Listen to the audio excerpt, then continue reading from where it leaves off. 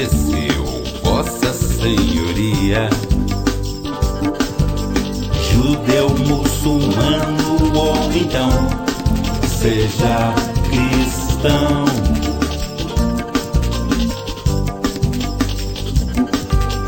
Mesmo para um camponês qualquer ou um coroné da oligarquia, qualquer que seja a religião, qualquer que seja a filosofia, deixa pro lado de fora suas medalhas, pois nessas horas a medalha só te atrapalha.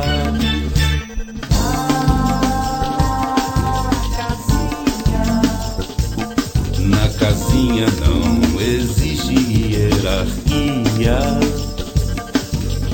mesmo para um camponês qualquer ou um coroné da oligarquia, qualquer que seja a religião, qualquer que seja a filosofia,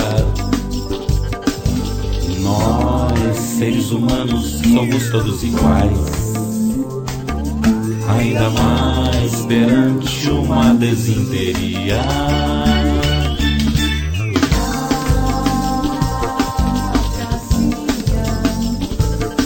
Na casinha não existe hierarquia.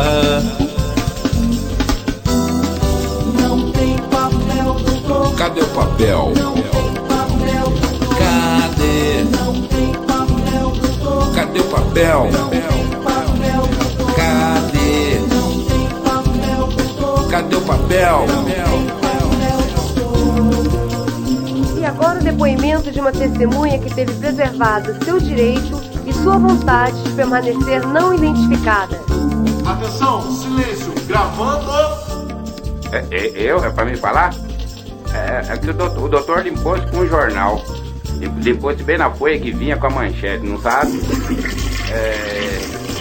Onde estava publicado a sua entrevista,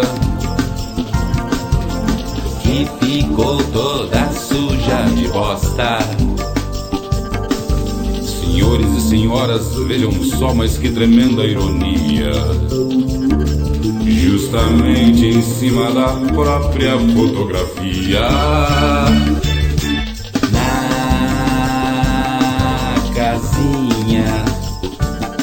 Na casinha não existe hierarquia.